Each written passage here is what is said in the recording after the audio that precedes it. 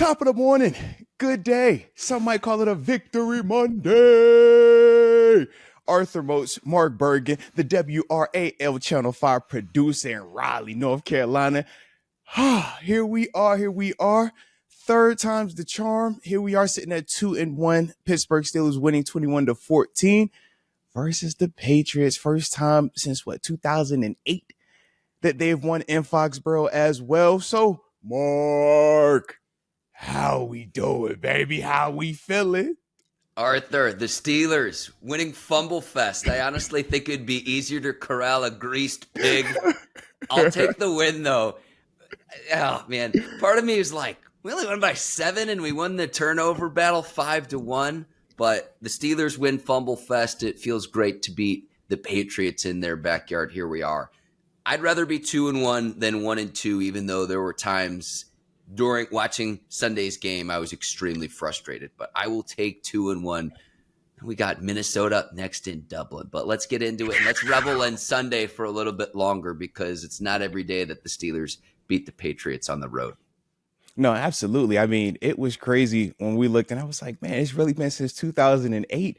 And then I got to thinking, I'm like, yeah, because we got our head kicked in a couple of times up there, specifically in 2016 AFC Championship as well. So always good whenever you see those guys win. But it was funny also just the history of it.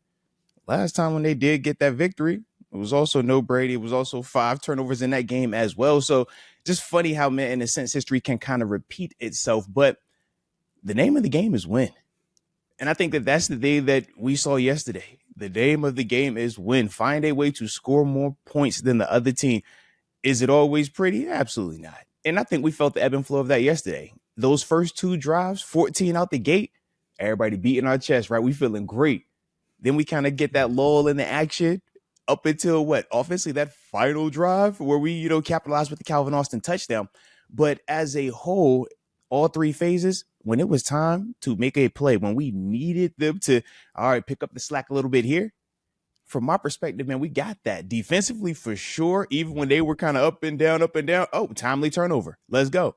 Hey, offensive, okay, you started out the gate hot. We had a lull in the action, but when we needed you, Calvin Austin, game-winning touchdown. Let's go.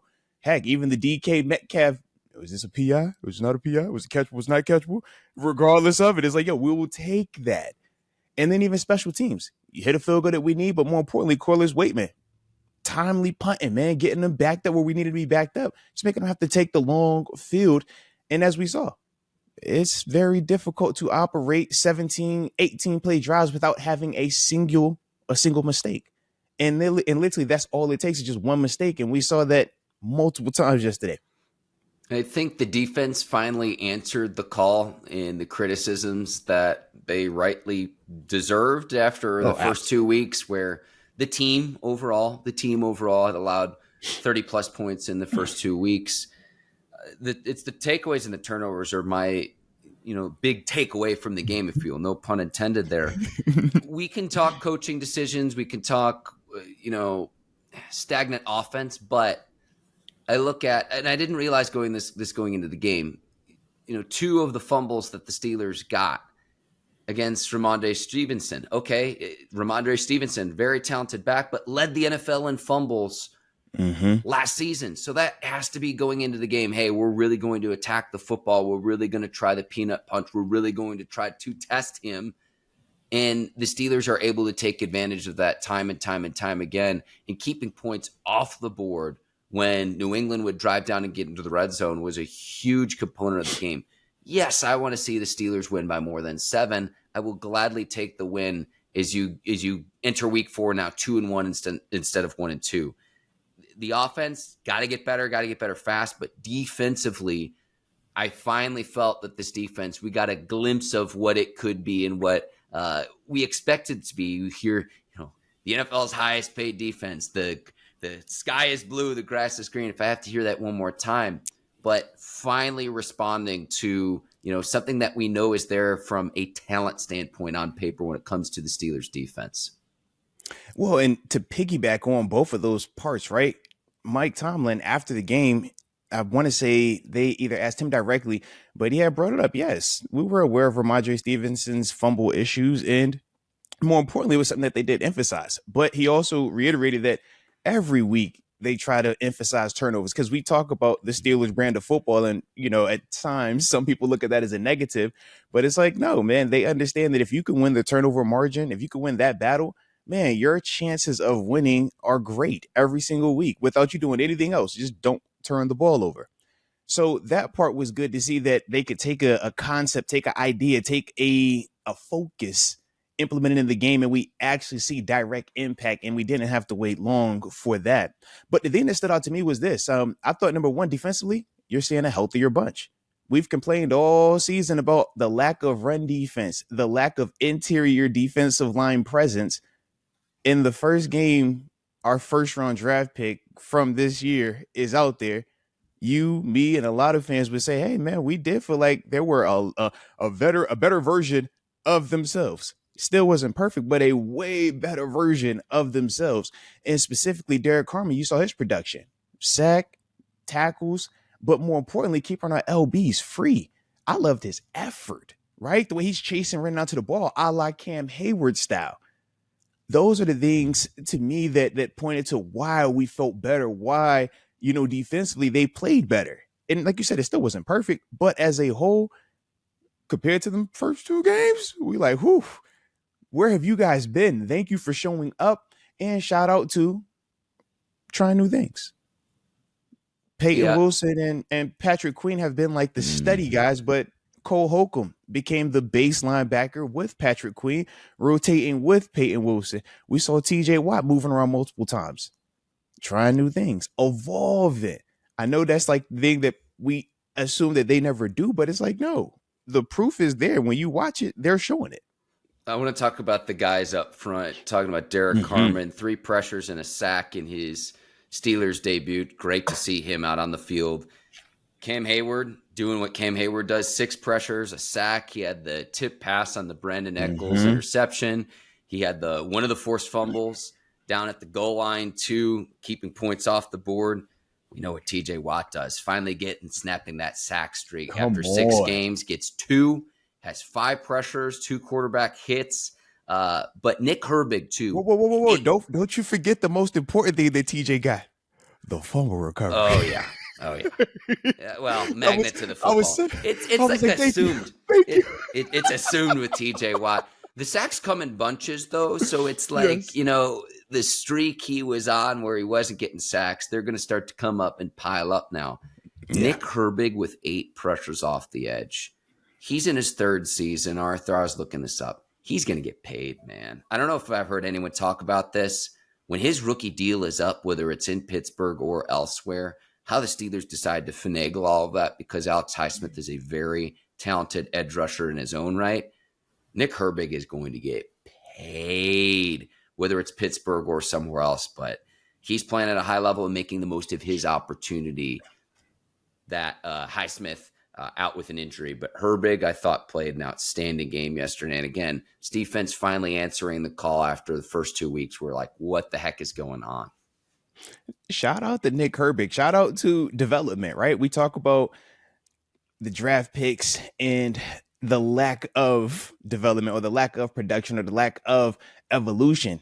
And it's like, man, let's focus on the ones that are evolving, though, the ones that are producing. We brought up Highsmith because he was one of the first versions of that, but Herbig for sure has been that every time he's been healthy. I mean, you look at him last year, right? We talk about the Hard Knocks opener versus the Bengals, and we're like, oh man, the big buildup. And it's like, yeah, you watch how he cooks, you watch how he plays, you watch how he performs, and now you just see it. It's routine. They're saying and this isn't something that me and you as the consumer are saying and identifying. And we're like, why haven't they realized that? Think about how they handled Nick Herbig in the preseason, right?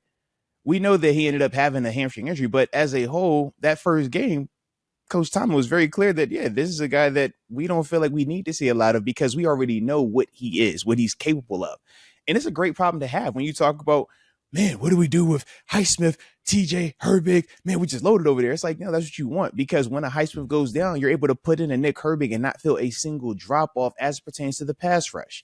Now, obviously, there's certain elements to his game that Highsmith has better advantages in, and vice versa. But to know that you have that to you could just throw out, and like you said, 8 pressures versus Will Campbell. Will Campbell was a top 10 pick, maybe in top 5 if I Was he remember number correctly when he was 4? drafted. I was about to say top 5. I want to say coming out of LSU a year ago, absolutely. And you look at how Nick Herbig not just beat him, but he had his way with him. Beat him to the inside, beat him to the outside. When you're watching a guy win with the variety of ways that Nick Herbig was winning with as a pass rusher, that lets you know that this guy's on another level compared to the guy that's trying to block him. And we know, like I said, that was the number 4 overall pick just from a year ago. I know we crucified Broderick because he was with the number like 16th pick, but it's like, yo, even the number 4 pick was getting worked by a dude that from a league standpoint is still on the upcoming, right? Or on the come up. He hasn't had his breakout double-digit sack season just yet. Now, I think if he gets more opportunities this year, he for sure will be in line to do that. But he's still on the younger side, and you can still see the type of production that he was having out there in that game. So I love what we're doing right now in terms of what they did in this game. And hopefully now they can build upon that when we get Minnesota next week. Yeah, I wanted to see someone else win with one-on-one opportunities with the attention TJ Watt draws, and I think we finally saw that Sunday, Arthur. Absolutely. Absolutely. And not just when you watch Herbig win, but it's the way that he's winning, how fast he's winning. Some guys winning, it's like, man, this takes a little bit longer. Or it's, hey, you won, but it's because that guy created the pressure. And then when he stepped up, you came off of your block and made the play. Herbig is winning within 2 to 3 seconds. So the importance of that is this. When we talk about defending down the grass from a coverage perspective, man, the longer you got to stay in coverage, the harder it is. Whether it's pass interference, right? Defensive holding pops up, the scramble drill, when a guy is no longer running traditional orthodox routes. And now you can't even assume, hey, this is where we're going next. This is where we're going next. All of that takes place when that quarterback isn't pressured. We talk about one-on-one man coverage in the back. That's also one-on-one man coverage when you're a pass rusher, because you have to win your one-on-one just as bad as that Brandon Echols, that Darius Slay, that Jalen Ramsey has to win. And there have been times in those first 2 games where we're watching some of these more elongated down the grass, long developing plays happen. And it's like, man, that can't consistently be with the group that we have and we know what they're capable of. So it was really refreshing to see them actually make sure that that looked the way it was supposed to look this week. Don't allow them double moves. Don't allow those long, deep overs. Man, hit that dude. And Herbig is showing that that's a guy that we can truly rely on and believe in. Yeah, you mentioned Brandon Echols. I thought he played his best game to this point. Yeah. I mean, I just consistently heard his name. And then Jabril Peppers as well, forcing the fumble. I saw a lot Shout of 40 out there. 40. Yeah. Stank number with the Mega Man cap, but he looked good, man. Let's go. Oh, I llove it. Oh, I don't even remember what I was going to say. You derailed it right there, but I'm sorry. Yeah. Well, because it's the thing, though, right? When you talk about Jabril Peppers, and I'm glad you brought him up, because hop on a moving train, right? You talk about a dude that literally just signed, playing in the secondary. How do you make it work? I will say this, man. Terrell Lawson, I thought, did a good job of simplifying certain coverage elements when Jabril was out there. Man coverage, man play, man zone concepts, but it was the way that they simplified it so that way it wasn't a ton of you have to work well with others and know the nuance per se. It's if you could do your job, you could play in this defense. And Jabril made an excellent play. I want to say it was on a 3rd down pass to the sideline, and you watch him the whole play. It's like, man, where does he come from? And it's like, no, he's just literally in man coverage, following his guy as he goes to the regular motion. And then they try to do the jet element of it. And then when they throw it directly to him, he's just pursuing the whole time, takes an excellent angle to make sure he doesn't get picked off. That's the veteran part of him, right? Because some young players will just run straight down that line and have zero peripheral. And then when they run into the safety that's inserting down or that linebacker that's dropping, now we get picked. And now the Patriots would have what they ultimately were desiring. But instead, you see Jabril take a nicer angle, bubble it around those guys, and now he's hitting it downhill full speed, and it's a knockback tackle versus it being a tackle where that guy is falling forward and ultimately getting the first down. Those little details, that type of stuff right there lets me know that, hey, man, from the coach element, you understand how to implement a really good player early on while he may not have a full understanding of what we're trying to do. And then the second part is for that player, it shows that you're disciplined. You're not selfish. Some players are selfish. They say, man, if I'm out here, I'm going to do what I feel like I could do to make a play. even if that means I don't follow my assignment, even if that means, hey coach, I seen something. Like, no, I don't want you to see something. I want you to see what you're supposed to see. Don't see something. See what you're supposed to be looking at. But to see Jabril be able to execute that, and then the final part, which is actually make the play, right? Because we've seen dudes be in position to make a play, read it well, and then miss the tackle, and it's like, this is great, but to see him actually put it together, that was also really refreshing. And he's a guy that we are going to need. The longer that Deshaun Elliott is out, the more important Jabril Peppers becomes to us in our defense. Yeah, he had the forced fumble and the fumble recovery as well. Arthur, what's it like for a player to play against his former team? I mean, you hype. You want to obviously go Yeah. out there, and especially in it's two elements of it, right? Because you got some guys that, only played at a place for, a couple of weeks. Then it's like, oh, yeah, revenge game. It's like, man, you have no history there, right? Or even in Rodgers' situation where it was like, man, I was there for 2 years, only played one full season, kind of downplays it. But to an extent, you still feel something because for the majority of us, when we leave an organization, you're not leaving because, hey, man, you've graduated and we're giving you the cap and gown and we're going to pay you to go elsewhere. It's like, no, you're leaving because they either didn't think you were good enough or they didn't want to pay you. They wanted to go in a cheaper or a different direction. So if you were, asked to leave your job that you've worked so hard to get to and that you bleed for and that you, invest so much emotional equity in, and then you talk about the sacrifices you made where you didn't show up to this, you had to cancel this, and then after 4 years or after however long you've been there and you've put your all into it, they tell you we're going a different direction. Hey, don't take it personal as business. It's forever going to be personal just because of what you invested in it as a person. So we temper the emotions. We try it. Some guys do a better job than others of masking it, but you for sure feel it. And Jabril even talked about it. He said, man, the hardest thing was honestly keeping those emotions in check because you are so amped up to, number one, prove that, hey, man, you guys are missing out.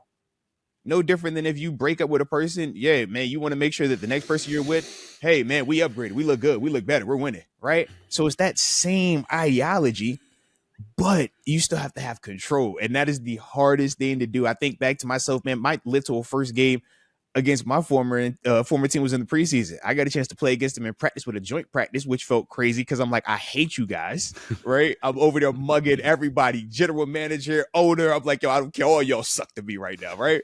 Then you get in the game and you're like, yeah, you hit a guy. You're like, I'm trying to extra on you, Like, then we played them the next year, and it's like, I don't care that I did that to you last year. I want to do it to you again this year, man. Like, who's your quit? I want to dump on his head too, man. And it's like, that's the feelings that you feel, but you also have to, all right, breathe. All right, calm down.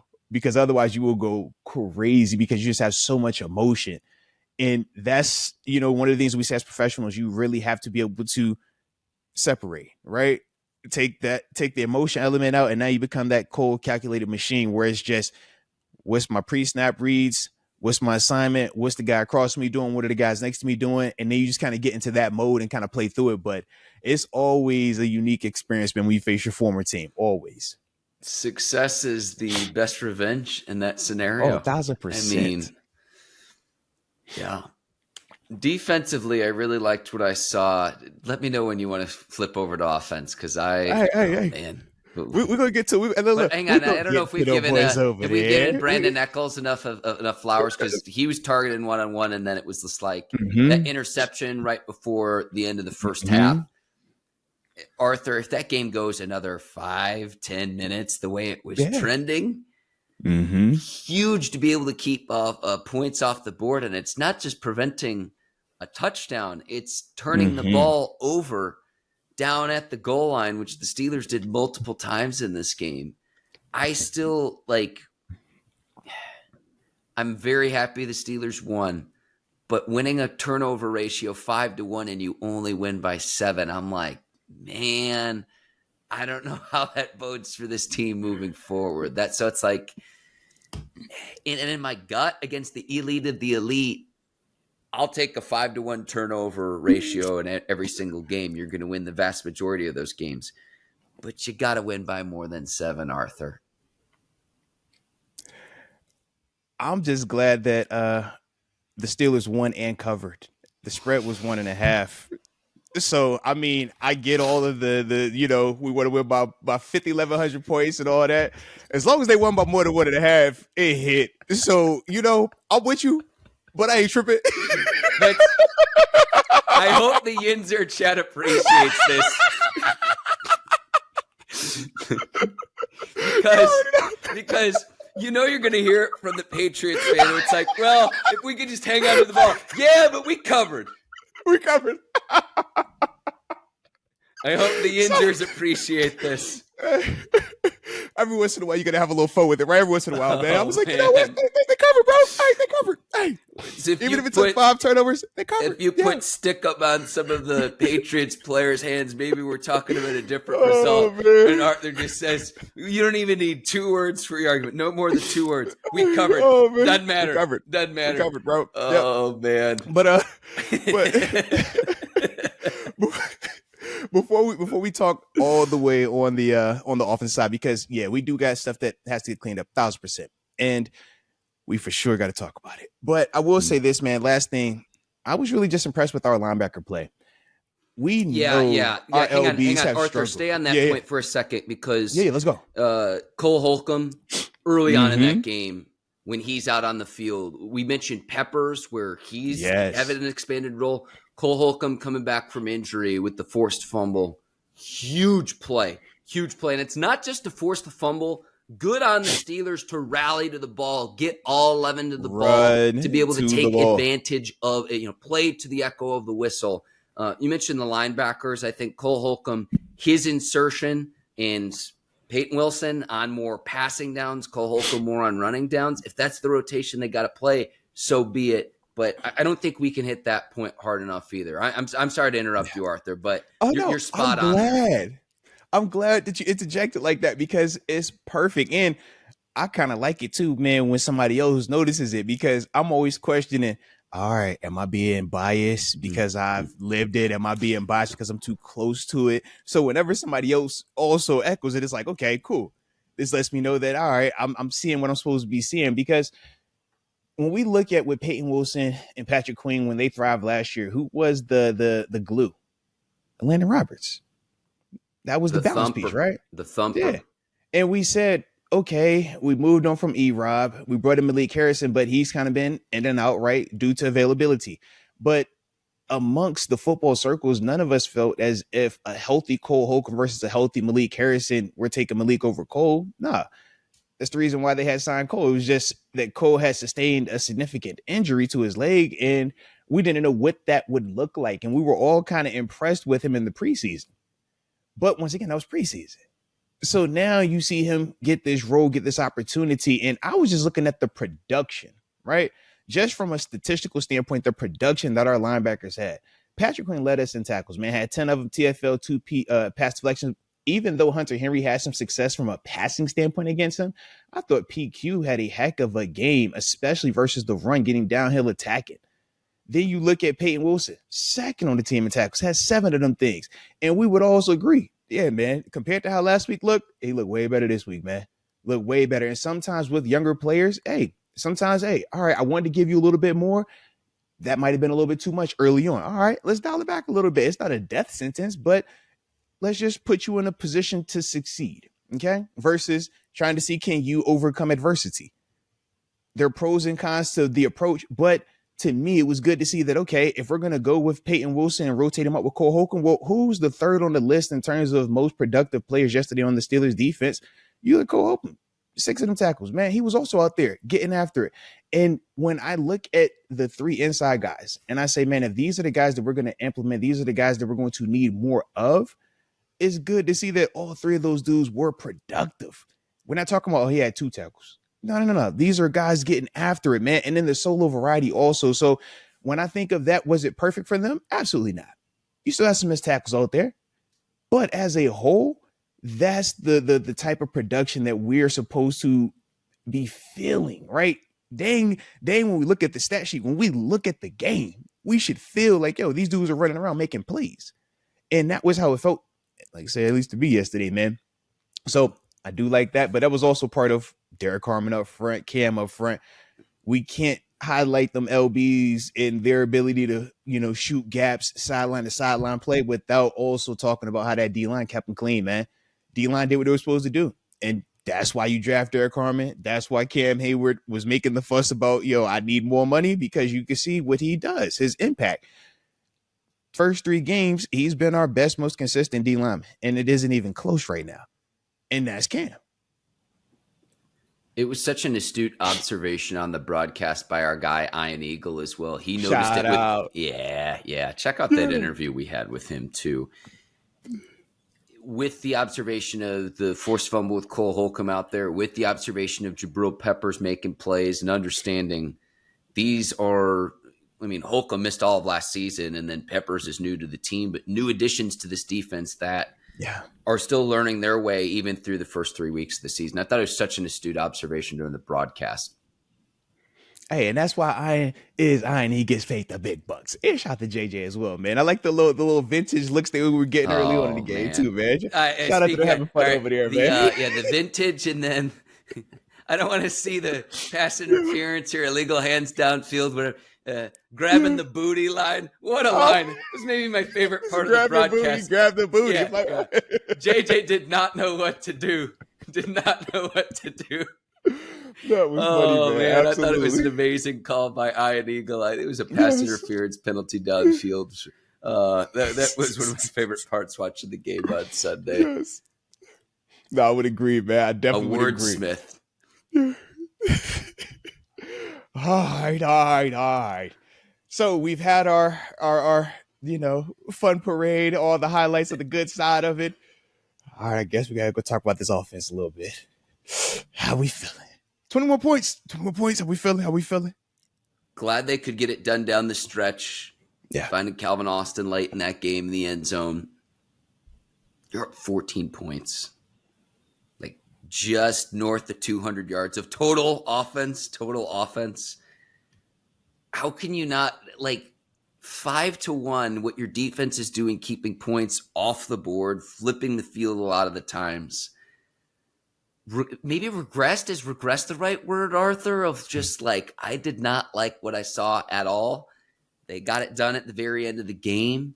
But when you're at 14-0, don't let up on the rope. You got to be able to continue to keep your foot down on the Patriots' neck, if you will. And it's what do you do in terms of the running game wasn't great again. We mentioned some of the splash plays with the touchdown pass to DK. We mentioned finding Calvin Austin towards the end of the game. Another thing I did like as well down in the red zone, the pass interference that Washington forced to get a first down, and then they flip it to Gainwell for the touchdown because they get a fresh set of downs. I like them seeing use Darnell Washington. They compared it to Shaq in the post. Those are the things that I liked. But let me pull up the box score here, Arthur. What is it? 200. It was 200 and some change on offense total for the whole game. It's you're not going to win very many games if this is the offensive output that you're getting. 203 yards of total offense for the Pittsburgh Steelers on Sunday. Yikes. I'm with you. But the beautiful part is this is the first game where we're pointing and saying that was the case. First 2 games they put up, first game put up 30. Second game, we said, man, they had some really good moments. We obviously talked about the miscue in the end zone in terms of Calvin Austin, or I think it was Peyton Wilson, or no, Calvin Austin and Pat Frymouth go right on the interception, So when I looked at this one, it was man, it wasn't perfect. It wasn't the smooth element start to finish, but what were some of the things that continue to show up? Correct me if I'm wrong. How many times did we have an opening series touchdown last year? What do we got? A goose egg? Right. Do we have a goose egg? You know what I'm saying? Yeah. Look.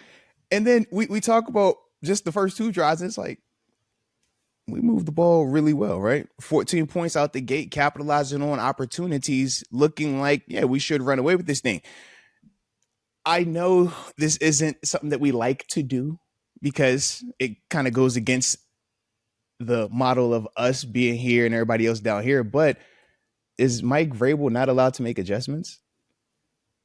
we talk about some of their D linemen, right? We talk about the lack of our run game success. Their dudes made plays. They made nice adjustments. That's why they're there. We talk about Robert Spillane. Does Robert Spillane suck? Nah. Robert Spillane capitalized on a nice interception, though. And this is where Rodgers talked about it himself. He said, yo, I got to play better. Because to me, that was part of it. You would see where those first two series, New England's trying to figure it out. We're coming out. We're feeling good. We're capitalizing on momentum. Boom, boom, scoring. And then it's like, okay, they make a little bit of an adjustment. Then they start to have that long drive, right? It was like the 17-play drive.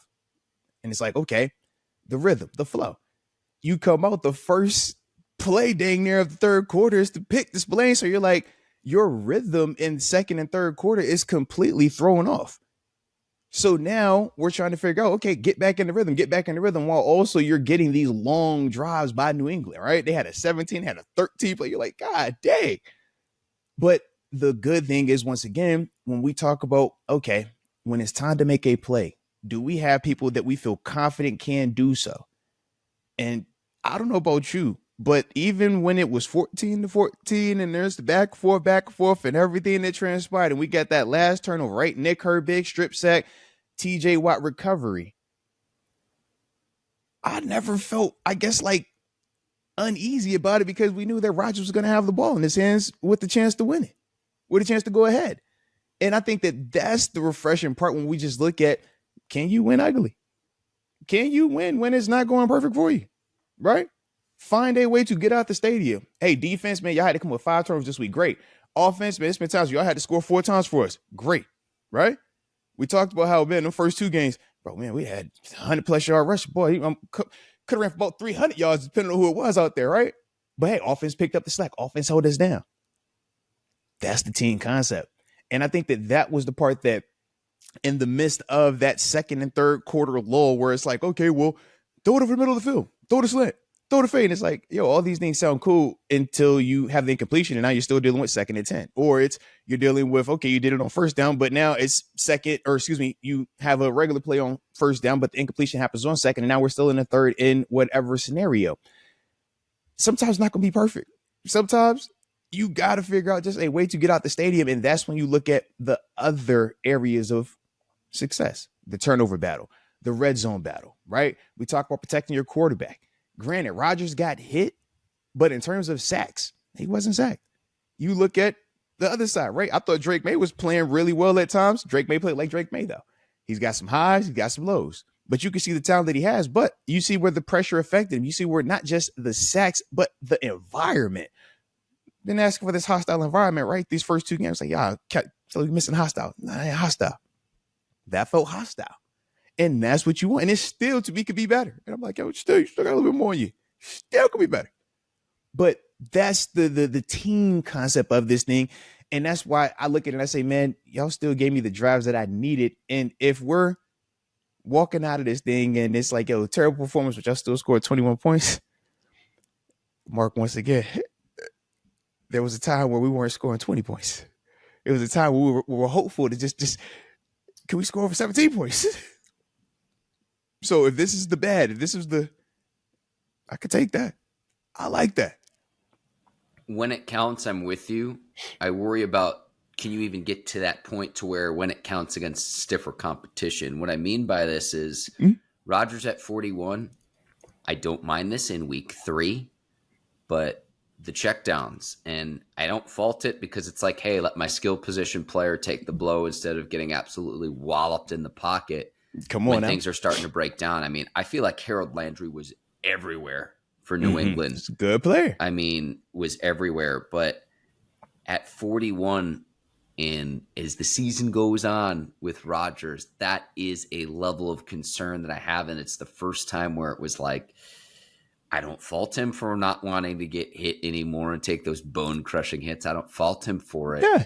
But I rewatched the game too, Arthur, and I'm like, up 14-0. I'm like, how did it not hang like 35? Or like, like the way that it was trending early.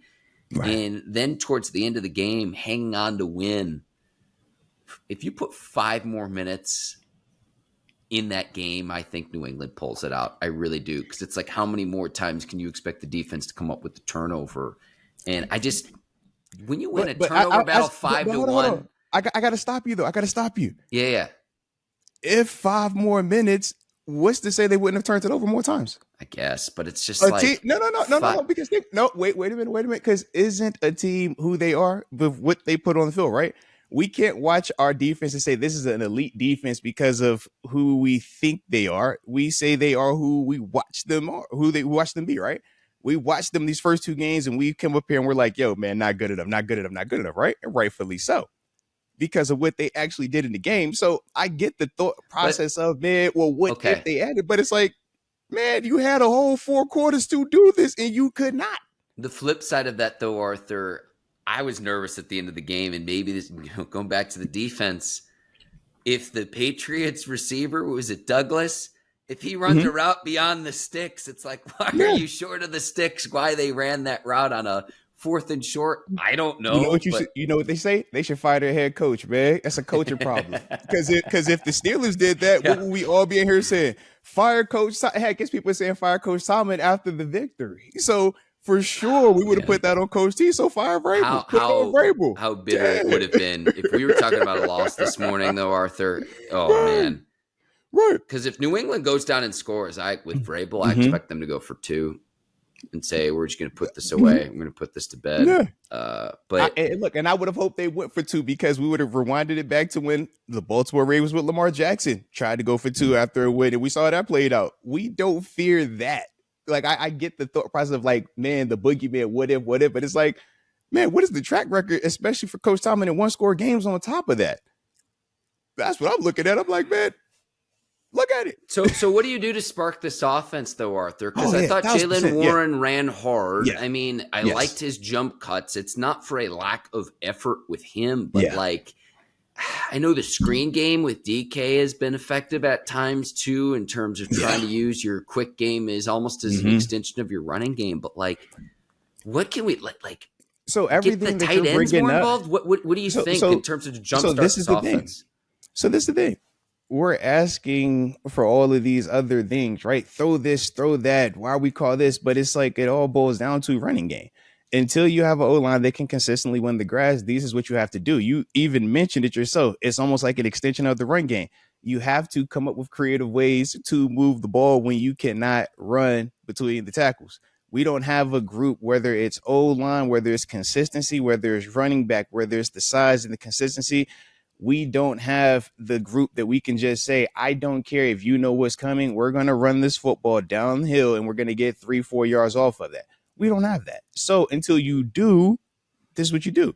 The quick screen game to DK Metcalf, the off rhythm counter style runs, right? We talk about some of the flip at 9 to Kenneth Gainwell. You think the Baltimore Ravens would have ran that with Derrick Henry? No, they're going to give it to him, let him hit around the A gap, right?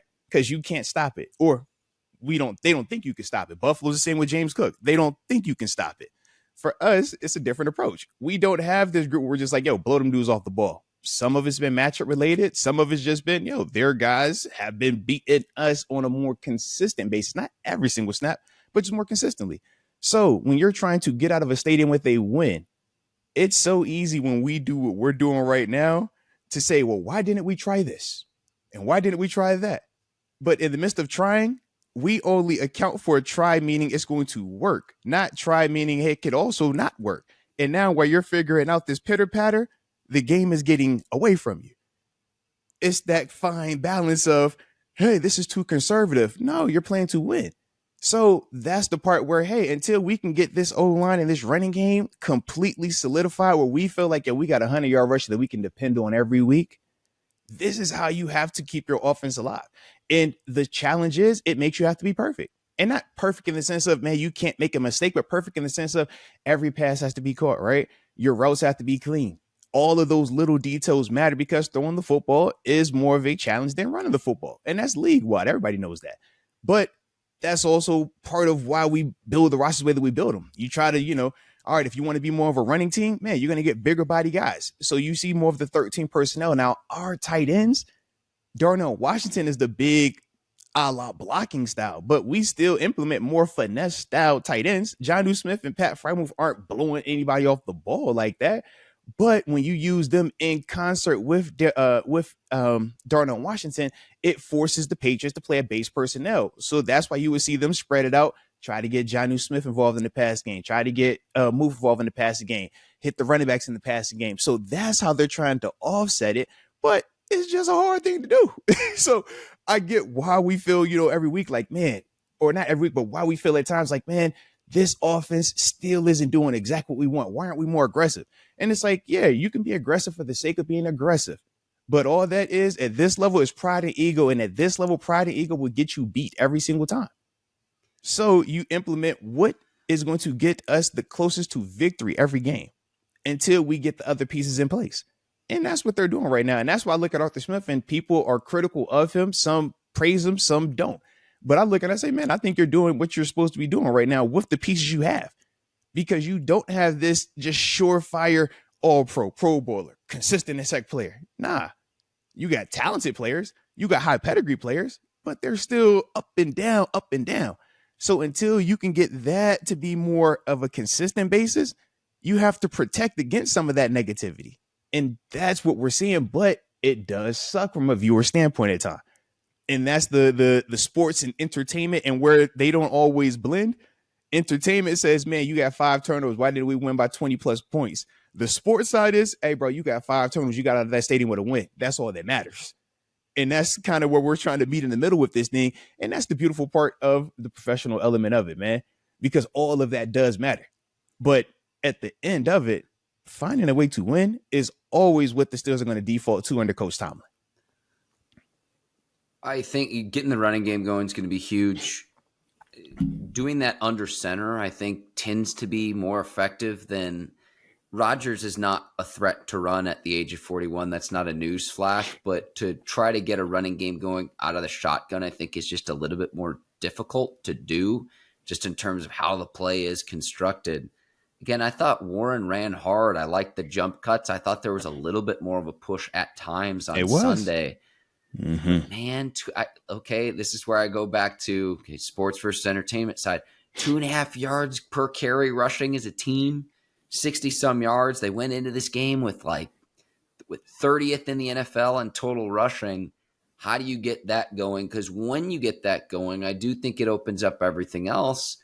We're talking about 3 straight games now too, Arthur, where the Steelers have not won time of possession either. How that catches up with the team over time of – we've been super critical of the defense through the first 2 weeks. They played a lot better yesterday. But when you're stuck out on the field, Arthur, you know that as a player who played 9 years in the league, when you're stuck out on the field with time of possession versus having a running game that can consistently move the chains and keep the clock moving. Yeah, but that's also why on defense, we don't complain about the opportunities. You go out there, it doesn't matter if you got 99 yards to defend or if you got 1 yard to defend.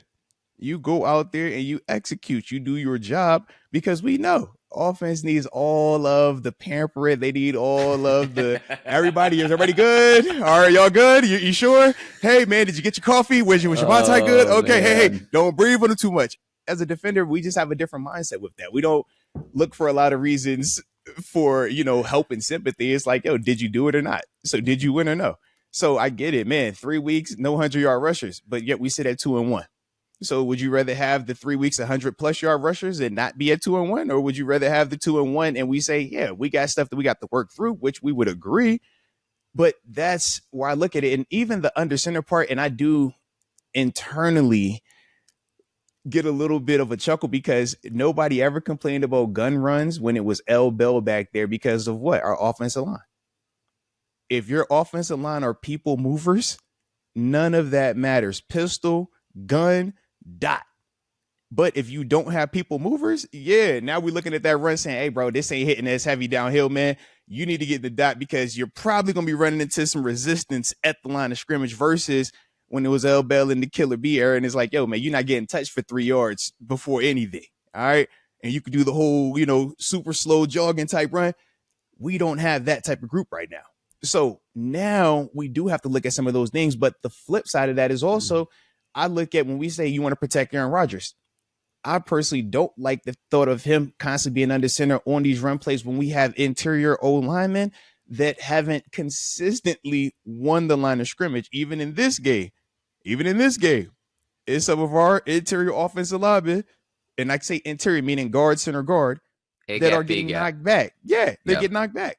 And Well, I think of, okay, do I want that falling on Rodgers? Do I want that getting stepped on Rodgers? No. You mentioned the L Bell era. Okay, who'd you have up front? Pouncey into Castro. We're good. Let's roll. I mean, Arthur. Yeah. I think I could get 100 yards behind those guys. Ramon Foster. Think about Ramon Foster was considered the third wheel, and it's like Ramon was a Pro Bowl alternate at one point in his career, man. And that was a massive man playing in there. So when I look at our group right now, I'm like, yeah, we've invested, right? Zach Frazier, 2nd round pick, Mason McCormick, 4th round pick, Isaac Seumalo, pedigree, right? Free agent. But they still got to develop into that. They still have to play up to that and not just is that on occasion something that's going to develop this season, do you think, though? Or is that something where it's just like we're going to have to kind of grin and bear it and go with what we've got from what we've seen through 3 weeks? I think the question that you're asking is more of a like personal feeling thing, right? Because statistically, we could look and say, yeah, have they gotten better? Well, number one, pass protection, right? When we look at just sacks allowed, yeah, they've gotten better. They've improved there. When we look at, okay, I would want to know, maybe I would want to go and look to see the analytics on how frequently a running back has been hit prior to crossing the line of scrimmage, right? Because I remember with Najee Harris, that was something that we could all point to and say, yeah, man, he got hit a lot behind the line of scrimmage, but he still found ways to turn negatives into positives. I haven't done that research over these first 3 games, but that would be the other element to just truly know, okay, have they statistically been better in that area also? Because I already know from a pass protection standpoint, they technically have been. But in that vein, I don't know. I know the first 2 games, I didn't feel like they had improved there, but I looked at the matchups and I said Quentin Williams was dog walking people, and then Leonard Williams was dog walking people. And then you looked at this week and it's like, hey, bro, they started dog. I'm like, okay. So am I asking myself, is this matchup or is it, all right, yo, man, it's a scheme? I don't personally feel like the scheme was the issue. When I look up, like, yo, you get guys on guys. It's not free dudes running through, but I am seeing a guy one-on-one here. And that does change things because now you have to ask yourself, okay, from a blocking scheme standpoint now, do I have to make every run be a double team? Because that's what you do when you can't individually block guys. You have to run the double. Hey, man, combo block here, which is fine. But what that also does is free up Spillane. Frees up your LBs.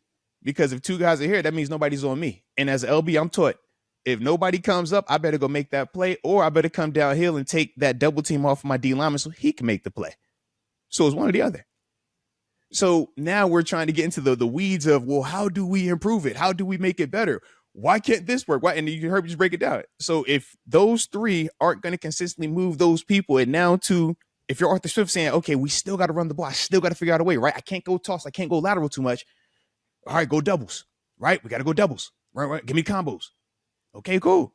But at this level, LBs are good enough to have good eyes. And it's just like, yo, if you double this, I'm free. I'm going to make this play. The linebackers at this level are too good to just be free. And that's the name of the game in that space. But that's the nuance of it that we overlook. And we'll just look and say, well, why do we keep calling that? And it's like, man, you can either keep running into this brick wall. And now we're looking at Jaylen Warren, who I would agree, his explosiveness, his ability to weave through there. I like that. But my general concerns are, you're worried about Rodgers holding up at 40 plus years old. I'm worried about Jaylen Warren holding up, running this into that, because that doesn't look like the recipe for long-term success to me. But until we figure out the bigger back element, this is kind of what we're going to be doing. So that's where I have my long-term concerns with our running game and just what that looks like 6 weeks from now. The next time the Jets are on primetime, Quinnen Williams, certified dog walker. Seriously, that man. Should be put that in your Instagram bio. Watch his tape, man. Just watch his tape. Watch his tape. And look, and don't forget Will McDonald either, but that's for another day. Former first round picks, Arthur. Yeah. I am glad Calvin, you know what, too? It was nice to see Calvin Austin get in the end zone at the end of that game. And I know there's times where Rodgers has been fiery with him, both in practice, sometimes going back to training camp. sometimes in games where he's yelling at him even just a week ago. There's a reason for that. And that's where, honestly, that competitive fire that you see, and I don't know what Rodgers is saying on the field, but I can, imagine what it is at times. That's where the 21 years where it's like, maybe listen to the old man, and that's where then when he scores late in the game at a critical moment in the game, it's good to see for Pittsburgh's standpoint. But man, against better competition, Arthur, this is where my bit of trepidation and my bit of concern is. The offensive output was not there yesterday. So how do you get that to where it's progressing again? You mentioned the tight ends too, getting the running game going. Darnell Washington, put him on the line as an extension of your offensive tackles and have him move some bodies up front. If you're not getting that push, again, going back to what the broadcast was saying, Ian Eagle was saying that his listed playing weight is not his true actual playing weight either. If that's the case, he is heavier than whatever he is listed at on the Steelers roster. Use that to your schematic advantage. We mentioned on the other side of the ball how the Steelers have depth at the edge rushing position. Tight end is where your area of depth is on this offense. So to be able to rely on the skill sets of those players, it's not even so much the scheme. We could talk about the scheme. Yeah. When you close your eyes, who are the difference making players? Obviously it's DK. Talk your talk. Obviously, it's DK, but it's got to then be your tight ends. Your tight ends room is by far the deepest. Other than Jaylen Warren, and that's with respect to everyone else on the Steelers offense, when it comes to the skill position players, it's your tight ends that are the next thing that you think of when you close your eyes and say, who's most talented on this offense? Better utilizing the tight ends. That's what I would try to focus on to try to get things going. That's what I would do. Yeah, I'm with you on that. And I do feel like, man, that is something that, because we said, man, everybody can be better, coaches included. Arthur Smith is going to look back and figure out, okay, how can I implement more of that? Because you can see where they're already trying to implement more of the tight end usage. But now I'm with you, man. Let's be a little bit more intentional with that. Let's figure out ways to maybe give added juice to this O-line from a blocking perspective. And okay, maybe it's when you have Darnell on the line of scrimmage, but you motion over a Jonnu Smith and have him filling up in the interior part as a lead blocker, right? Or Connor Hayward is the lead blocker on top of that, almost overloading the guys. Now, the flip side to that is, you still are going to have some of your limitations in terms of some of your down the field passing stuff. And you will kind of tip your hand with certain things from a personnel standpoint, but those are things where you at least feel personnel to personnel, it matches up better because there was a run play that we did have and everything was blocked up perfect. The call was perfect. The scheme, the design was perfect. Problem was we had 19, who is one of our smallest players with the team, at the most critical point of attack block. And he went for like a second. And then it was, big body versus little body. And that guy ends up making the tackle. Otherwise, I'm like, that's an explosive run right there. So even personnel wise, let's try to match to what we're trying to do. I get the disguise element, but we still got to be able to execute it even after this, after the disguise works, because that's only half of the battle.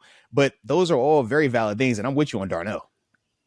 The one thing you mentioned with Calvin Austin and then the motion that you would use with Giannu, it worked against the Jets in terms of how you scheme that up. If you go back and watch some tape, they were bringing Calvin Austin across in motion and slipping him into either, someone else up at the line of scrimmage, sometimes in trips bunches, to block off the edge.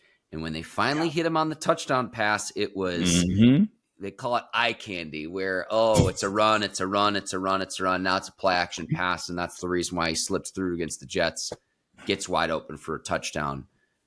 Use that with your other players. Use those schematic advantages with your other players of helping establish the running game to set up the pass, and vice versa. I mean, you see that all the time, and it's a cliche, but you mentioned slipping Giannu Smith through. They did that with Calvin Austin in the first one, if you go back and actually look at some of the tape.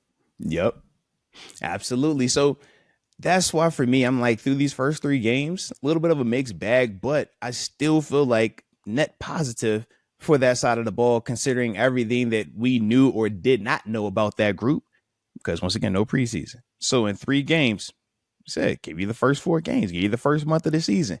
We're seeing certain things that we're liking that are becoming more of a trend. And we're still seeing certain things that we're like, this still has been on our tape. So now this is looking like something that we need to be a little bit more aware of.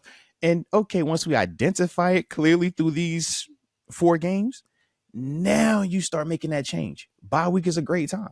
But let's see what it looks like, because Minnesota, it's going to be a totally different approach in terms of how they attack with Brian Flores, right? You Totally already different know, approach. Arthur. Right? You already Totally know. different approach.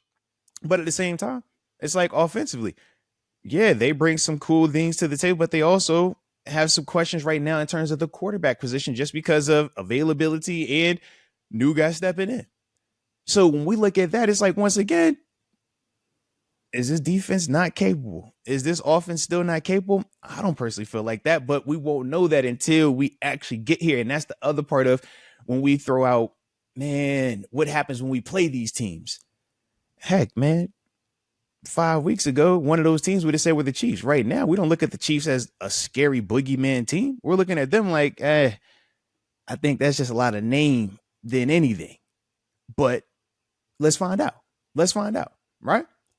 And that's the thing that I'm seeing right now. Let's just find out, because what we thought was Cincinnati was supposed to be a boogeyman team. Let's just find out. Let's find out. Before we get to the panic, let's just find out, baby. Because as it looks today, we might be closer to what we are feeling like we're not near versus the alternative to that. And I think that that's the cool part about the season. As it unfolds, as it unwinds, hey, you get every answer you're looking for. You don't have to speculate if you're a good team or a bad team. No. Did you win this week or did you lose this week? Did you win last week or did you lose last week? And so forth and so forth. So right now, hey, man, keep it going. Win the one that's in front of you. I don't care about 10 weeks from now. Who we got next week? Minnesota? Hey, man, shit, we looking good right now.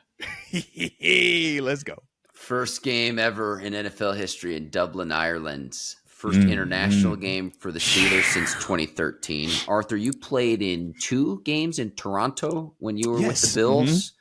What's that like, playing in another country? I know it's not exactly the same because you're not going across the pond, but playing in another country. You're in another country for sure. It's kind of like if you go to Mexico. You ain't have to leave far to know that you're in a completely different world, completely different country. So, the first thing you realize when you go to McDonald's and you get them chicken nuggets and French fries, and it's like, can I get barbecue sauce? Nah, here, take some of this poutine, this mayo. You're like, ew, I don't want that. Ew, what? No, I don't do this. So yeah, that's the first thing you realize. All right, yeah. So you packed some barbecue in your luggage, is what you're telling me. Some barbecue. Look, man. The way that, because it's just different. It's just, what is normal in our country is different over there at times, right? Yeah. And there's still some similarities, but you can feel the difference. And more importantly, the different thing that really stood out to me is when you're in the game, fans aren't just cheering because they're diehard you or your team fans.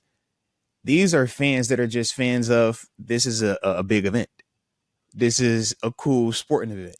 Oh, this is the National Football League. So I got this Patriots jersey. I got this Randy Moss jersey from the Vikings. I have a Green Bay Brett Favre. You think of any of the who's who of names over the past, you'll probably see Justin Jefferson jerseys, right? Granted, now because Minnesota, so excuse me on that. Well, you'll see Travis Hunter jerseys, right? Whoever is the popular, the Trevor Lawrence, like whoever those guys are, those are the jerseys that you'll see in stands versus it being a true diehard crowd. So they'll cheer for everything that happens good, even if that isn't good for you. Oh, they completed a pass. You're like, no, stop. Hey, it's late in the game. Shh, don't be loud right now. It's true. So that part makes it feel weird in the sense of using the crowd as momentum, as motivation. The other part is, when you're out there, you do feel just like, yo, this isn't what we're used to, right?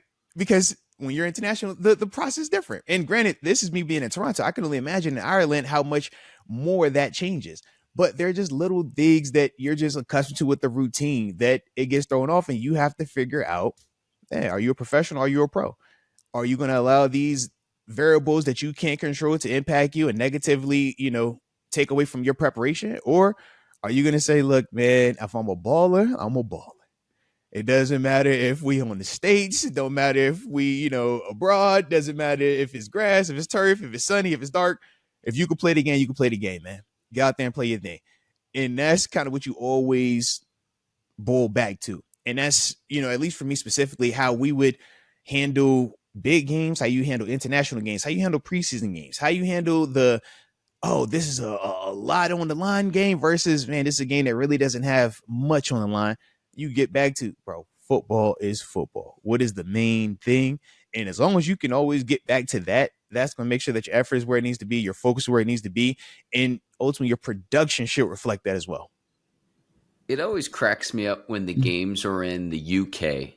Again, this one will be in Dublin, Ireland, but they lose their mind over the kicking. Yes. To where, like, Boswell, who I'm very confident in, would be like the biggest football star internationally. Because it's like, oh, they've got a kicker. And it's like, it's the, expanding the game of football, not understanding all of the nuances of the game. Yes. I am curious to see what that crowd is like.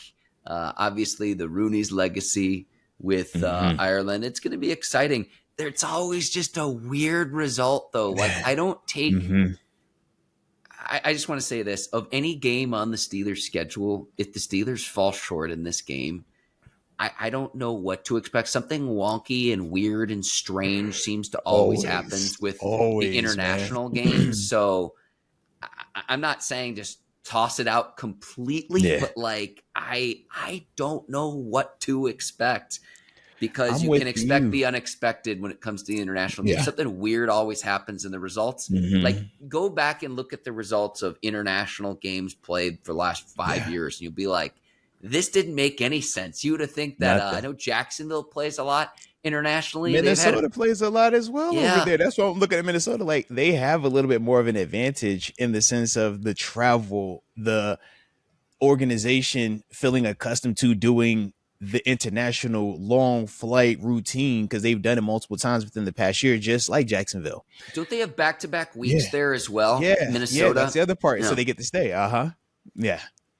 Which is crazy in its own right. But I get it. NFL fan, they're like, yo, we can expand. It's money to be made. Stay out here for a week. You're like, bro, no, I want to go home. Yes, but in terms of go home. Well, some of the experiences that you get to have, though, spending some time there off the field, the free time, and that's any of the fans getting to travel to the games too. Let us know in the comments and everything too. Have a blast. I mean, this is like a once in a lifetime thing. I do think it's awesome that the NFL has done this, not just to expand the game, but just to. I mean, can you imagine going to one of these of just how cool it would be? Be like, oh, Mark, where'd you go see the Steelers play? Dublin, Ireland. And it's just like I'm in the nursing home. Then what do you mean they play in Pittsburgh? Like, how's that possible? It's pretty cool. But let me tell you about this time. Absolutely, man. But that's the good thing, though, man. That's the good thing, though. Got him coming up, man. And I do feel like, as I was talking about the crowd for, my international experiences, Toronto, different. Ireland, it's going to have a Steelers, like, you're going to feel the Steelers foothold there. And that part we will be able to lean on. But from there, after that, it's like, you still got to get back to the game, man. Got to get back to the game. Now, I'm interested, too, what the stadium is going to actually feel like. Because, I think it's Wembley when they play out there.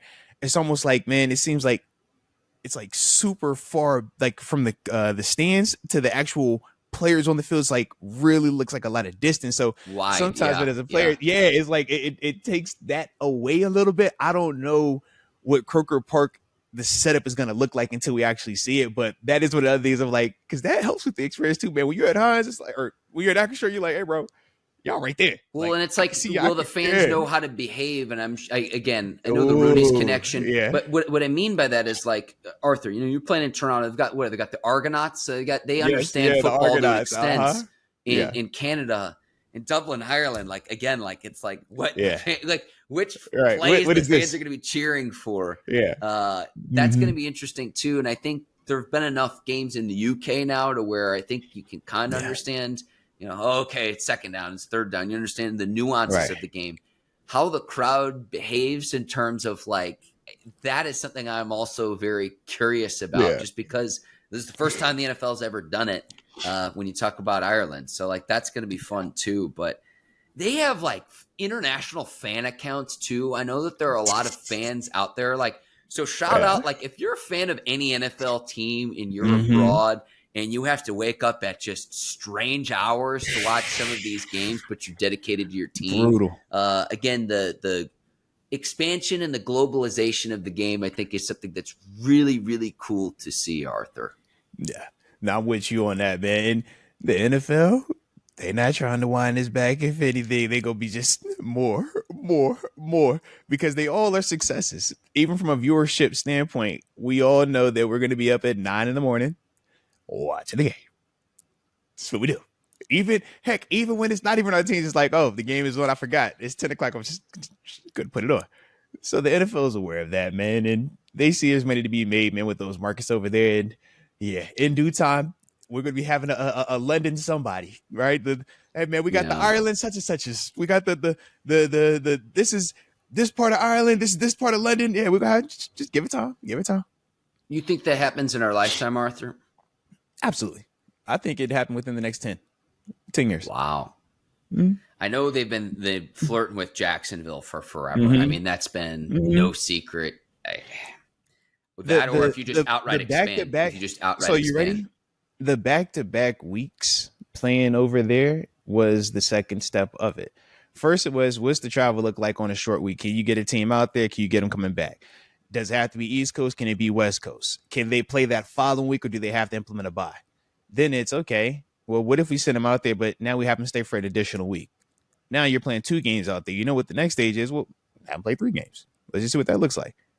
All right, or play at 2 different stadiums. So it's like that part is going to keep happening. And the logistic part, I think that's what they're trying to figure out the most, because you don't want to run into a scenario where it always has to be the bye week afterwards, or you feel like, man, I can't match up certain games because this team is coming from here, and that's just not fair. But once they can get that part settled in, they sell out these games over there. You look at every international game. When do we look and we say, man, ain't nobody in that stadium? Whether it's, we know Ireland's going to be booked. We know all the London games are like that. Every time they play in Mexico City is like that. The Toronto Brazil, games were the like that. Brazil, Brazil. yeah. So at what point do we feel like it's impossible to do that? It gets messy though when you talk about from a player standpoint. This Oh, is going that to be jet the big lag is sticking real. point. That jet lag But is not even real, Arthur. right, but not even the jet lag part. I'm simply saying, if I, Arthur Moats, born in day going to 757 right in Virginia, I'm playing professionally, but now I have to live outside of the US full time. That's the part that I'm not a fan of, because now you talk about from a taxing standpoint, it's a lot of that stuff that we don't talk about, but that part does become a big factor, man. When you talk about, man, if I'm living anywhere in the US, I can fly to my family. I can have family fly to me whenever, however. When you're living in a foreign country, just like, dude, now granted, it's for work. But even if you're out there for 6 months out the season, which we know, you still got off season work that you got to be out there. It's like, man, that to me, I think is what the is going to be a bigger sticking point, a bigger issue than anything else, because I don't know from a player standpoint how many dudes want to do that. And that's the thing why I even mentioned, man, staying on Ireland, or staying, if you play for the Vikings or the Jacksonville, you playing back to back weeks over there. It's like, yeah, you get the cool experiences, but when you get to a certain stage, it's like, okay, well, what about your children that got to go to school? What about your wife, your significant other? What about the dudes that want to, hey, man, I got to go travel to see such and such, or man, I got a person I got to take care of. It's like, man, you think of all of that, and that's the stuff that doesn't get talked about, and that's the thing that I'm like, I can see that being the pushback more than anything. But for the NFL's perspective, they want that. They want games over there. They want more and more, because they looked at the NBA's model of how they're more globally known. And the NFL is like, man, we know we can get on that level, but you have to expand the game and you have to figure out ways to get into those markets. And we don't have an NFL Europe anymore, right? But those are some of the things that, yeah, the NFL understands that, man, to get the game bigger, to make it evolve even more, and to keep it to where you never have to worry about it going away, you got to keep feeding it. You got to feed the beast. And the only way to do that is to tap into some of these international markets. And we've seen the uptick in international players also. Guys coming from different countries that play the game. Heck, we got a Julius Weshoff, right? It's like, man, that's the evolution of it. And those guys, man, eventually are going to keep developing. It's like, oh, the same when we look at the NBA now, we're like, man, it's dominated by the dudes from overseas. It's like, yeah, I'm sure from an NFL standpoint, they would love to get to the point where that's the argument. Man, we got so much international talent here. But it starts with what you're seeing right now. So that's why I said, yeah, 10 years, I can see it. I can see it. And the question that I have is, do you want to be the first sports league to do that? Oh. Or do you want to learn the lessons from the first league that does it of, hey, here's how to better implement that? Yeah. Whether it's basketball or football, I think would be the two. I don't think baseball it would happen, but who knows? We'll see. Right. In terms of Even going though it is international, funny, would you rather be first or would you rather learn from the league that does it first? Yeah. I'm very curious about that. Very curious about that. And I think there's some models around the world that they could follow with like soccer or football, right? When you look at some of the way that that's governed and how you have like multiple professional leagues, but you still have, you know, all these different variations of teams that can still cross over and stuff like that. I think that that's something that the NFL would look at and try to figure out, how can we implement some of that into some of this? But I'm still just like, man, the thought of having to live out of the country. No, Arthur, I get it, To me, because it's crazy, man. I'll put my reporter hat on here for a second. When I was down in Florida, I was down in the Tampa market, and I remember the Tampa Bay Rays floated an idea of a split city team. And I'm like, yo, go talk to a single player, talk to anyone with the Players Association. This concept is DOA, and that's dead on arrival because of having to say, oh, I not only have to get lodging for myself individually in two cities, I got to worry about family, everyone else, passports, all of that. And so they floated this idea, and the headline said, taxes, because you get tax. Gives you me gotta anxiety pay thinking taxes. about that, Arthur. Gives me anxiety thinking about that. That Toronto tax, I was like, God, dog, I don't want to do this no more. I don't like this game. I don't like this game. They floated this idea, and I'm just like, if you rub your brain cells together, you knew that was never going to happen. So it's like there are challenges to that. I also think about it where even if you were able to make that happen, say there's an NFL team in Europe, and what you're talking about, Arthur, someone who spent 9 years in the NFL, I perk up and I listen to this. It's okay, even if this comes to fruition, good luck getting a free agent player, or if it's the UK, whatever, and then versus a team here domestically, which one are you signing with? I'm signing with the Cleveland Browns, Jacksonville Jaguars. Yeah, name a team. Whoever it is, you name them, and you'll take less. And that's the other part. You'll take less. So now you're looking at it and you say, how do you incentivize those international teams? Do you treat it like an expansion team, like what you saw with the Vegas Golden Knights, where they got to hand pick certain players from each team to make it competitive? Well, they did that with the Texans back in the day. With the Texans as well, right? But even with that, though, they still didn't get to go and pick the best players, like we said with Vegas. It was you got access to players, but they didn't walk around and say, all right, who are y'all protecting? All right, we're taking this, that. That wasn't the case from my recollection. Vegas was the one that did that. And I think that was also why you saw Vegas out the gate be competitive, be successful, and why that team has a legit market. They have a legit fan base. If you're going to go international, you can't create an international team that sucks. You can't. Think about it. Yeah. You can't. They can't be Cleveland. They can't suck. So you have to do something to give them an advantage when they start out. You're not going to win it off of drafting. Hey, man, give them all first round draft picks. You could draft 32 first rounders. We Good talk luck. about that on arrival, where if they're bad right out of the gate, it's like, how do you build anything? Yeah. You see what I mean? Yeah. So you have to make sure that they have something. Guaranteed they get the number 1 overall pick, and they're going to get to pick, 2 players from each team, or how many players from each team to kind of build their roster. It's like, that's how it would have to be. In what lengths a player would go to not to be like, I don't want to leave X organization to go play in the UK. I mean, we saw that. Do you remember when? Yeah, what Gronk did. What Gronk did. I retired. Gronk didn't want to go to Detroit, and he's like, I'm out. I'm not doing this. I'm out. I'm doing TV to my contract. I'm gonna do TV for a year, bro. I'm cool. I'm holler at you, bro. I'm not doing that. I'm not doing it. It can't happen. Yeah. That's real. I hope the Yinzer chat appreciates this conversation, because this is going to happen at some standpoint. And getting more and more creative with how you expand the game. And it's really cool that the Steelers get to be part of that opportunity. And I think it's a very fitting tribute to Dan Rooney as well, and the legacy he left as the ambassador there when, to be able to do that, it's just, I think it's going to be really, really cool. And I expect that'll be something that I imagine that they'll discuss during the broadcast too of this game too. So it's like 9:30 a.m. Eastern time or 9:30 Pittsburgh time, if you will, Arthur. I can't wait. This is going to be so much fun against Minnesota. And hopefully, we're talking about a Steelers win a week from now, because the last time they played abroad at Wembley against Minnesota, Pittsburgh fell short. So more than a decade ago, back in 2013, that happened. Adrian Peterson. Yep. Oh, man, what a load. He was such a talented player, such a talented running back. But absolutely, that all this day is coming. But it's like, we draw from our experiences covering this, Arthur, you playing it, covering it as well from a media standpoint of like, I'd imagine it's going to be the UK. I think that would be where you start and you go from there. Just, most amount of people too, but having an expansion team that doesn't suck. Oh man, that's been my favorite part of the episode. Can't suck, today. Man. Yeah, can't suck. And on top of that, this concept isn't foreign to the NFL. NFL Europe was a legit thing.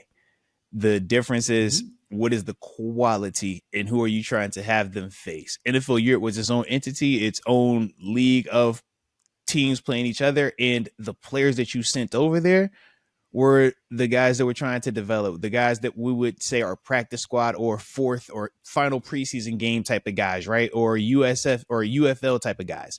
We would say that those are the guys that you would typically put in the NFL Europe. Now that we have some of these American leagues popping up, though, how does that combat that? And also, like you said, are we talking about an NFL Europe concept where you're playing feeder team on feeder team, or are you really trying to implement a 33rd NFL team that is located in the UK or abroad? Hey, that changes a lot. The NFL Europe too, they had some talent. I mean, James Harrison with the Steelers, and then I've had the opportunity to talk to Daniel Wilcox several times, former Ravens tight end, and to ask him about his experiences there too. Fred Jackson, he played over there. That's one of my teammates in Buffalo. Like, absolutely. But the thing that they would all say is this, though: they weren't who they were when we finished watching James Harrison, Will Cox, Fred Jackson. They weren't that when they were over there, because I would ask them, hey man, if you were to do it now, if that was an option now, it'll be interesting to hear how they would respond. Because that international part is like, whew, y'all was living over there full time. What? He was in Germany full time. Keep Arthur in the States. If you take one thing away from this podcast, we got to keep Arthur on domestic land. Man, Mark, I only leave the country for my toes to be in the sand on vacation. Okay, that's it. If my toes are on the sand on vacation, it is a vacation because I'm there for a period and then I'm coming back. I'm coming back home. I'm not relocating. All right. It's just like, y'all just living there. How long? I'm an American. All right. Red, white, and blue through and through. Keep me on US soil. Pretty please. Yeah. So, how they make this work is going to be, and again, it goes back to, it's like, do you want to be first or do you want to? It's almost like, Mark, you like know how we make it work. It's a game of chicken, though. Yeah. It's like, but you know how you make it work. Pay them. You got to pay more. You pay enough, man. A team will do it. You pay enough, a player will do it. You pay enough, man. They'll make it work. And we know at this level with these owners and their personal net worth, they could do it. And that's easily. The reality of it. They can do it. The $1 billion and when boys even club, like, you see what I mean? Like, yeah. Come on now. Yeah. It's not a hesitance on their side. It's player pushback because of these. You're kind of hearing me voice. That's in the NFLPA is going to fight that part of it. But the alternative is for the NFL, it's very easy for them. And this has always been the PA fight. It's very easy for them to say, man, here, take that, because we know what you guys have as individuals and as a collective. So it's like, we know that part can't always get met, but they also have became billionaires by being savvy, crafty businessmen. They're not just giving it up. And that's the fight. But that's why I said 10 years, man. I figured 10 years, they're going to figure out a way to finagle who, what. And yeah, we'll be revisiting this conversation like, oh boy, it's about to happen. I just really hope we could talk going into the bye of Steelers 3-1. Yeah. Great trip to Dublin. And yeah, that's Pittsburgh got out of the New England game relatively healthy. So that's a positive. Absolutely. Maybe you can get some more players back. I'd imagine going abroad where the players who have been out, why rush them back? Because then remember, you've got the bye week in week 5. So you get then 2 more weeks of rest. So we'll see if anyone else is good to go who hasn't played, and talking about players like a Deshaun Elliott, players who have been out, but Joey Porter Jr. as well. But again, I'm not in a rush to get them back because then you've got the bye week, and then it just gives you a little bit more time to get healthy for not even your second half of the season. But man, that's the one thing. That's the one thing. I'm going to say this now on the record. Having a bye this early, Arthur, I don't really like it. Not the biggest fan, but coming off the international game, I will say this. Glad that you have some time after the international game. I just wish it were, say, I don't know, week 8 or week 9. I think it's early for Pittsburgh to have a bye. But once again, the schedule makers doing the Steelers no favors. They didn't do it a year ago in the back half of last season. So we persevere. We move forward. You know how it is, man. Don't seek comfort, seek solutions, baby. All right, find a way to win. And that's what they going to do, baby. But, man, this has been a blast. This has been a blast.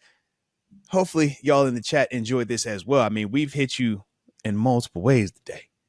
Heavy on the recap, heavy on the international, and even expansion talk, man. Mark, you got us over here on the expansion. I like how you're doing it, baby. I like how you're doing it.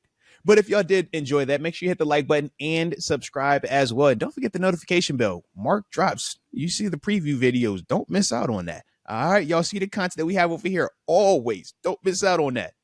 But either way, we appreciate you for tuning in. And until next time, baby, peace.